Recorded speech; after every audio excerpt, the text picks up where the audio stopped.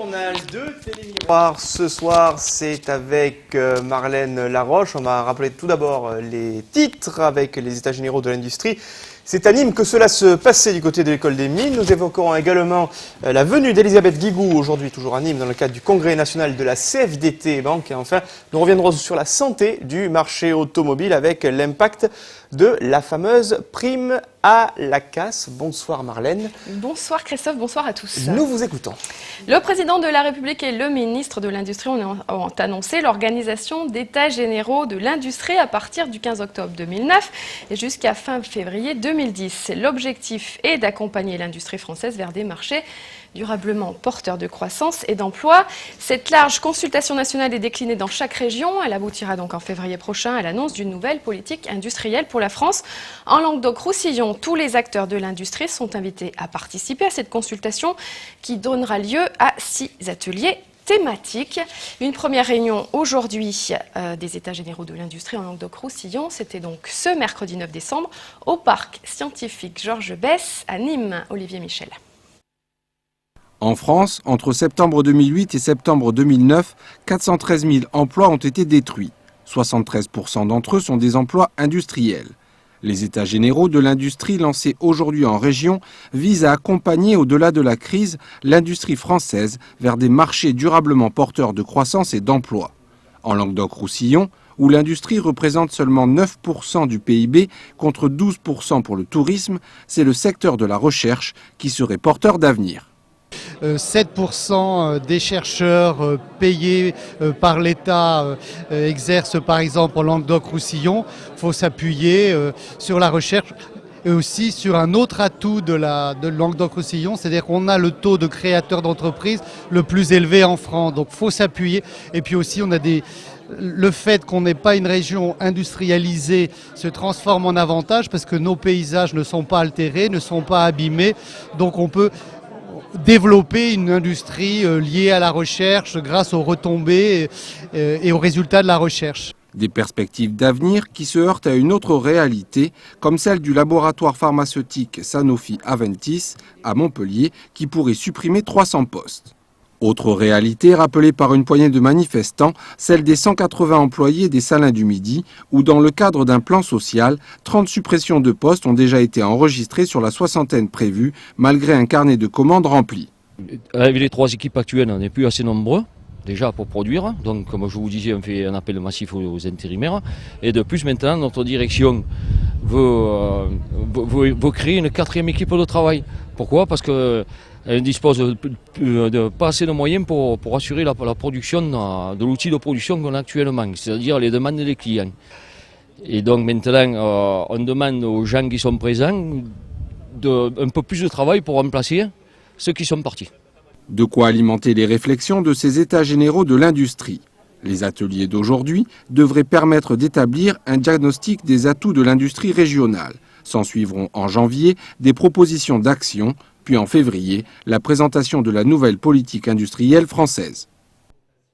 Il a dit annoncer et répéter, sa campagne officielle démarrera le 23 janvier prochain. Lui, c'est le président de région, Georges Frêche. Marlène, ce n'était pas un secret de polichinelle, en tout cas il y a eu un suspense cornélien, mais en tout cas ça y est, c'est parti. Georges Frêche compte sur l'appui du Parti socialiste. Oui, le Parti socialiste a pris acte du vote des adhérents du Languedoc-Roussillon et ne proposera ni investiture officielle, ni liste alternative à celle de Georges Frêche, président sortant de la région, par ailleurs exclu du PS depuis 2007.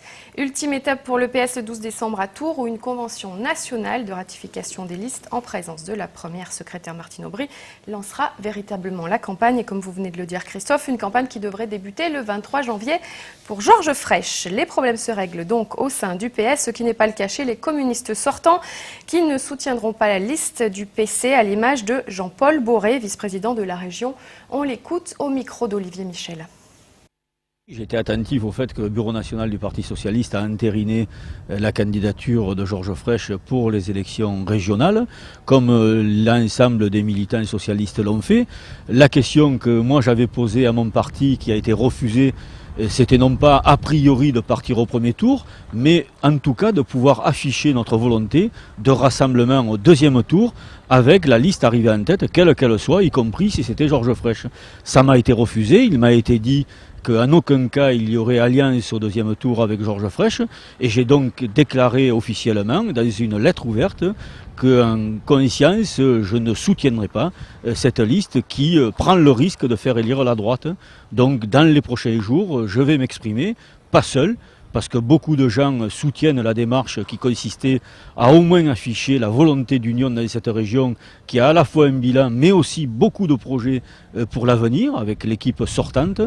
Avec l'ensemble de mes amis, nous allons nous exprimer dans la prochaine période pour donner nos intentions sur notre engagement dans cette campagne. Vous comptez quitter le Parti communiste ? Pas du tout, je suis communiste, je suis membre du Parti communiste depuis 32 ans. Je finirai ma vie communiste, je ne quitterai jamais ce parti que j'aime, à qui je dois beaucoup, mais je pense qu'aujourd'hui, il est dans une dérive, notamment dans cette région, où il n'y a même pas l'accord sur la ligne nationale qui avait été proposée, qui consistait à partir au premier tour avec le Front de gauche en élargissant à des forces syndicales associatives, mais en affichant la volonté de se retrouver au deuxième tour avec le Parti socialiste, toutes les listes de gauche, pour permettre de bâtir des exécutifs, des majorités. Cette décision grave a été prise dans notre région Languedoc-Roussillon de ne pas s'inscrire dans cette ligne-là. C'est pourquoi je me retrouve, moi personnellement, dans la proposition nationale, mais en désaccord avec les responsables régionaux de mon parti. Je ne me sens pas moins en désaccord, mais je pense que c'est eux qui sont sur une dérive grave qui peut prendre le risque de perdre la région pour la gauche. Et à l'instar de son collègue communiste Jean-Claude Guessot, Jean-Paul Boré donc revendique pleinement le bilan de la majorité sortante, majorité plurielle présidée par Georges Frêche. Réponse dans les semaines à venir quant à la position des communistes en Languedoc-Roussillon. Marlène, on va évoquer maintenant un retour à Nîmes avec un congrès qui s'est déroulé aujourd'hui dans un grand hôtel. Le 24e congrès de la Fédération CFDT des banques et sociétés financières qui se tient à Nîmes jusqu'au 11 décembre. L'occasion, 2 ans après l'éclatement de la crise financière, d'échanger sur le rôle des banques dans l'économie et dans la société. L'un des enjeux essentiels de ce congrès pour la CFDT est aussi de poursuivre et d'intensifier son soutien à tous les salariés du secteur. Un résumé et un retour sur cette journée avec Alain Bonnet. C'est pas parce qu'on est dans une activité de service, c'est pas parce qu'on est dans une activité dite protégée physiquement qu'on a de bonnes conditions de travail. L'organisation des travails, la rentabilité financière court-termiste amène des situations physiques, psychologiques intenables pour une partie des salariés. Le 24e congrès de la Fédération CFDT des banques et sociétés financières se tient du 8 au 11 septembre. Un événement capital qui avait lieu ce jour à l'hôtel Atria de Nîmes, permettant à chacun d'échanger et de débattre 2 ans après l'éclatement de la crise financière sur le rôle des banques dans l'économie et dans la société.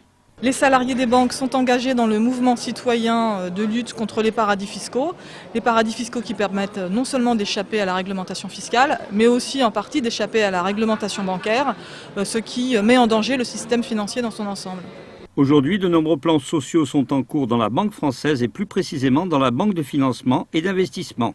Les banques françaises ayant pris trop de risques sur le marché, car tournées vers le financement de l'économie. Par ricochet, ce sont les salariés qui sont les premières victimes. La crise économique impacte plus directement la banque de réseau, dont les activités diminuent faute de demande, enfin avec une demande qui est moindre. Du coup, il y a des suppressions d'emplois qui ne disent pas leur nom, qui ne prennent pas la forme de plans sociaux, mais des non-remplacements. Il y a des non-remplacements d'effectifs. Il y a beaucoup de salariés anciens dans la banque. Ils s'en vont en retraite, ils ne sont pas remplacés. Également, le secteur touché par cette crise, c'est celui des petites et moyennes entreprises qui sont boudées par les banques. La situation aujourd'hui telle qu'elle est, c'est que les demandes de crédit d'investissement sont moins importantes. Donc quand il y a des demandes de crédit d'investissement, les chiffres qu'on a nous montrent que les banques y répondent en général.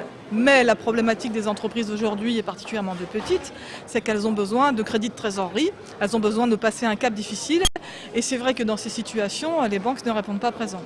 Ce que veulent les syndicats, c'est que les banques solides financièrement face à la crise réorientent leur activité, évitent de spéculer, permettent aux salariés d'exercer fièrement un métier digne, d'où la demande à l'État et au sommet du G20 d'encadrer les activités des banques pour qu'elles ne soient plus tournées vers l'économie réelle. Voilà un congrès qui se poursuivra jusqu'au 11 décembre. Sport maintenant avec du football et un retour en images sur le but encaissé par le club de l'AC Arles Avignon contre le FC Nantes. lundi dernier dans le cadre de la 17e journée de championnat de Ligue 2. Un but marqué par Jean-Claude Darcheville à la 87e minute.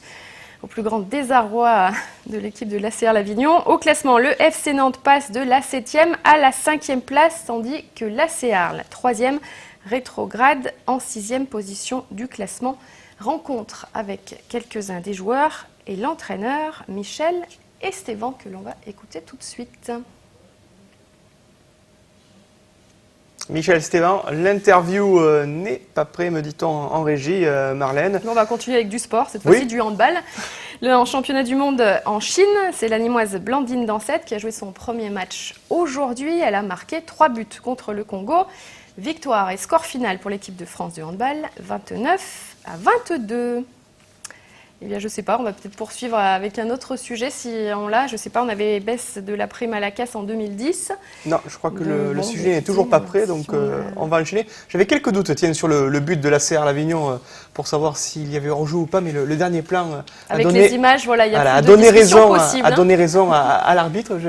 Comme quoi la vidéo, voilà, ce plan-là est peut-être le plus utile pour bien valider le but de Nantais et ces Arlésiens qui, on l'a dit au cours de notre émission AC Arles Hebdo, eh bien, sont assez malheureux au niveau des défaites justement à l'extérieur.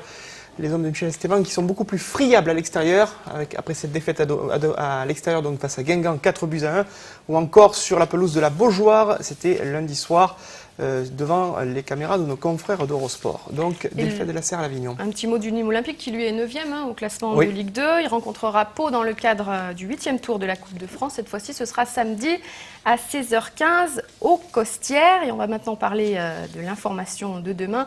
Une manifestation de lycéens à partir de 14h. Également des perturbations du côté du réseau Tango sur les lignes A et K. Vous pouvez prendre plus de renseignements sur ces perturbations. Suite à un mouvement de grève d'une partie du personnel, vous pouvez vous rendre sur le site www.tcn.fr. On va enchaîner, Marlène, avec un petit peu l'actualité de notre chaîne et puis dans les programmes à venir, forcément, le magazine cinématographique Suivre l'étoile. Oui, alors je vous ai préparé une petite bande-annonce avec les sorties du jour. Alors RTT, nous on n'en a pas ici de RTT, mais Cadmerade. Vous avez dit, pardon RTT. Ah, je ne connais pas. Non, réduction du temps de travail. Cadmerade, donc c'est le titre du film dans lequel il joue aux côtés de Mélanie Douté, également Astro Boy, un film d'animation, également Persécution cette semaine, avec Romain Duris, Charlotte Gainsbourg et Jean-Hugues Anglade en tête d'affiche. Je vous propose de regarder cette bande-annonce.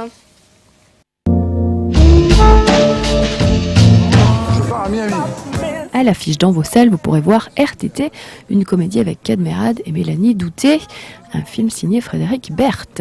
Loup de Nicolas Vanier. Après Le Dernier Trappeur, il revient avec ce film où le blanc immaculé et les magnifiques plans suffiront à votre bonheur. Astro Boy, un film d'animation avec les voix de Freddie Highmore, Nicolas Cage ou encore Charlize Theron, la sud-africaine. Ce petit a des talents cachés. Et enfin, Persécution de Patrice Chéreau clôturera notre sélection avec Romain Duris et Charlotte Gainsbourg en tête d'affiche. On s'est également tapé un petit délire pour le Festival international du film de Marrakech. Et pour plus de détails, rendez-vous dans Suivre l'étoile, votre hebdo ciné.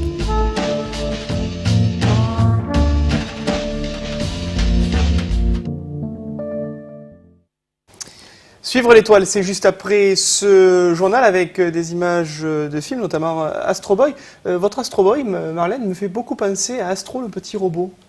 Astro, le petit robot. Le dessin animé qui passait il y a quelques années en arrière. Je crois que le réalisateur s'en est inspiré au niveau des dessins. Pas de voix célèbre au niveau du doublage? Si, Freddie Highmore, Charlize Theron. La sud-africaine, c'est elle qui a participé au tirage au sort pour la Coupe du Monde. Elle a eu la même heureuse. Nicolas Cage aussi. Nicolas Cage également. Et Donald Sutherland, je crois.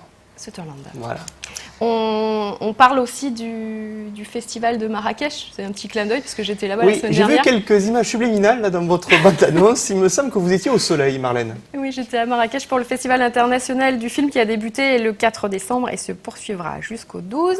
En ouverture, il y a eu Homme, notamment de Yann Arthus Bertrand en pleine conférence à Copenhague, ça tombait bien.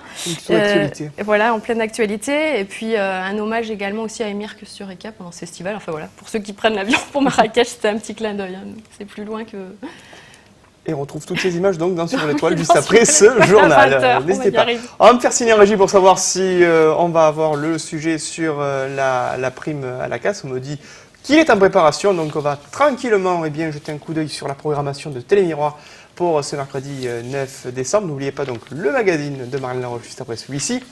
À 20h30, la rediffusion de ce journal. Et puis, la traditionnelle soirée consacrée à la tauromachie espagnole à partir de 21h.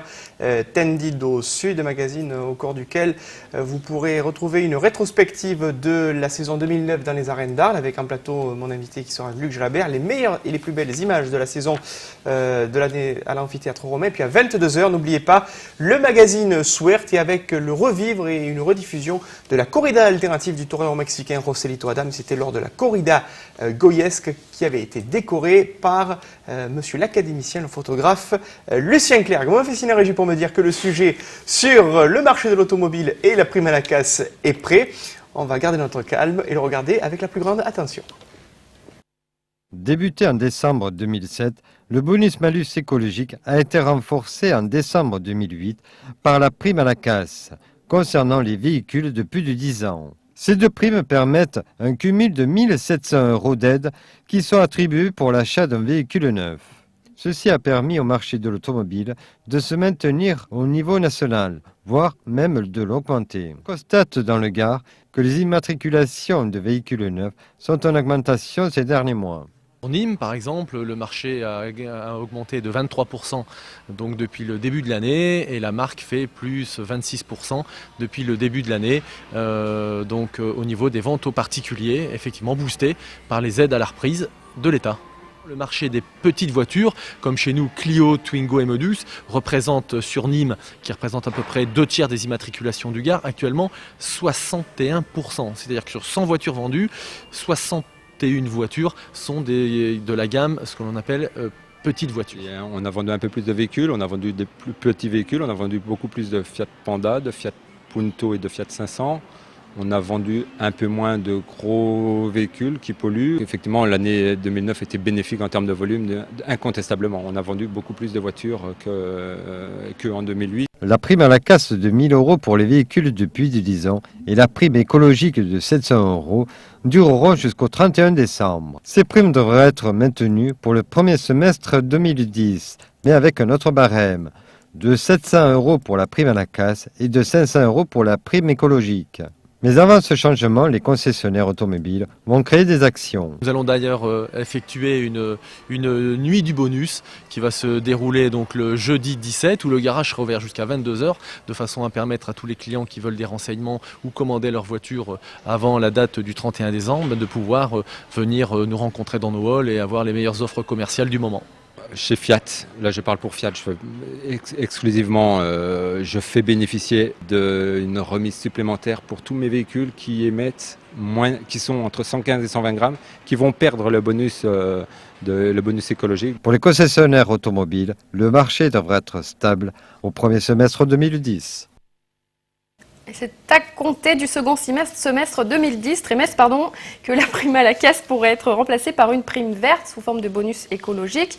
Une prime qui bénéficierait aux acheteurs de voitures nouvelle génération, plus propres et moins polluantes. Pour ne pas perdre l'avantage des 1 000 € de la prime à la casse, certains acheteurs s'empressent de commander leur nouveau véhicule avant la baisse annoncée de 2010. C'est ce qu'on vient de voir donc dans ce reportage.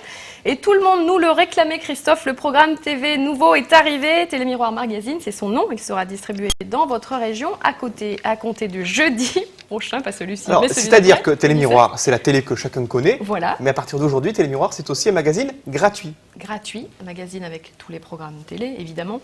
Pas que Télémiroir, tous les RTN, programmes de toutes les TNT, chaînes. Des événements, des interviews de people, évidemment. Des jeux à ne pas rater. Vous allez être interviewé donc. Ainsi que vous, je pense. Voilà, vous pouvez en parler autour de vous. Tous les programmes seront donc dans le Télémiroir Magazine. On a peut-être un visuel de celui-ci, non? Je ne crois pas, non, Christophe. Bon, très prochainement. Suivez très vite, le dès qu'on JT. l'a.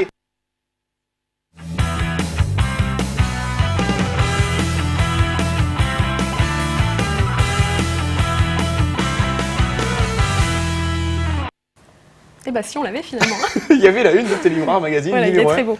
qui va prochainement sortir. Les programmes du 19 décembre jusqu'au 1er janvier 2010, tous les programmes télé à la carte. C'est gratuit dans de nombreux points de vente, partout dans le Gard. Point de distribution, oui. Pardon, point de distribution, vu que c'est gratuit. On a besoin de vacances, on va peut-être retourner à Marrakech, qui sait, Oui, voilà.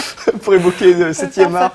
Et aussi un petit peu de repos. On vous souhaite une très belle soirée sur Télémémoire, 21h, Tendido Sud, demain 11h30 Flash avec Marlène Laroche, et puis à 18h30 le rendez-vous des aléas du direct et les sorties week-end de Frédéric Siller. Merci de votre fidélité, à demain, au revoir.